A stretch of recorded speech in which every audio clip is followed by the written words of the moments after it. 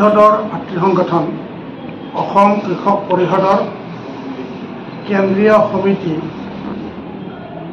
আৰু জিলা সমিতিৰ বিষয়ববীয়াসকলৰ সৈতে আগন্তুক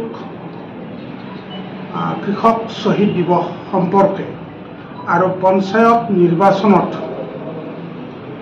আমি কৃষকসকলে মূল সমিতিসমূহক কিদৰে সহায় কৰিব পাৰোঁ, কৃষকৰ সাংগঠনিক দিশ, এই সকলোবিলাক বিষয় আমি আজি আলোচনা কৰিলোঁ। আমি কেইজনমান বিশিষ্ট ব্যক্তিক এই সাংগঠনিক বৈঠকলৈ আমন্ত্ৰণ কৰি আনিছিলোঁ। তেখেতসকলেও আমাক দিহা পৰামৰ্শ দিলে। আমি বিশেষভাৱে বৈঠকৰ সিদ্ধান্ত মৰ্মে কেন্দ্ৰীয়ভাৱে যে কৃষক শ্বহীদ দিৱস অনুষ্ঠিত কৰা হ'ব, এই সম্পৰ্কে আমাৰ তত্ত্বাৱধায়কক সন্মানীয় সভাপতি অতুল বৰা ডাঙৰীয়া আৰু কাৰ্যকৰী সভাপতি কেশৱ মহন্ত ডাঙৰীয়াৰ সৈতে আলোচনা কৰি স্থান সিদ্ধান্ত কৰিবলৈ আৰু কাৰ্যসূচীৰ সবিশেষ সিদ্ধান্ত কৰিবলৈ আমি দায়িত্ব অৰ্পণ কৰিলোঁ। একেদৰে আমি আজি কেন্দ্ৰীয় সমিতিত আমাৰ সন্মানীয় শ্বহীদুল ইছলাম, সুভাষ পাল প্ৰমুখ্যে কিছু সন্মানীয় ব্যক্তিক কৃষক পৰিষদত অন্তৰ্ভুক্তিকৰণৰ বিষয়টো আমি আজি আলোচনা কৰিলোঁ আৰু আমি সিদ্ধান্তত উপনীত হ'লোঁ।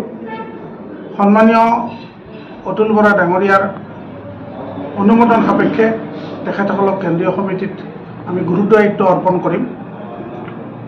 আমি সাংগঠনিক দিশ শক্তিশালী কৰাৰ কাৰণে প্ৰতিখন জিলাত কৃষক সভা অনুষ্ঠিত কৰি কৃষকৰ মুখ্য সমস্যা সমাধানৰ প্ৰয়াস কৰিম আৰু কৃষকসকলে যাতে তেখেতসকলৰ সুৰক্ষিত ভৱিষ্যত নিশ্চিত কৰিব পাৰে, তাৰ কাৰণে অসম কৃষক পৰিষদে আন্তৰিকতাৰে কাম কৰি যাব।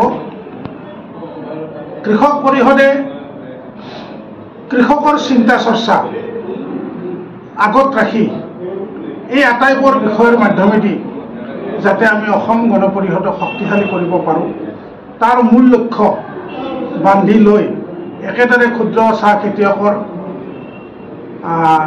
সুৰক্ষিত ভৱিষ্যত নিশ্চিত কৰাৰ বিষয়টোও আমি আলোচনা কৰিছোঁ। আজিৰ বৈঠকত উপস্থাপন কৰিছে আমাৰ প্ৰতিনিধিসকলে। এই আটাইবোৰ বিষয় সামৰি কৃষক আৰু শ্ৰমজীৱী ক্ষুদ্ৰ চাহ খেতিয়কৰ সমস্যা সমাধান কৰাৰ প্ৰয়াস কৰিছোঁ। একেদৰে আমি লক্ষ্য নিৰ্ধাৰণ কৰিছোঁ যাতে আমি অসম গণ পৰিষদৰ সাংগঠনিক ভেটি আৰু অধিক শক্তিশালী কৰিব পাৰোঁ।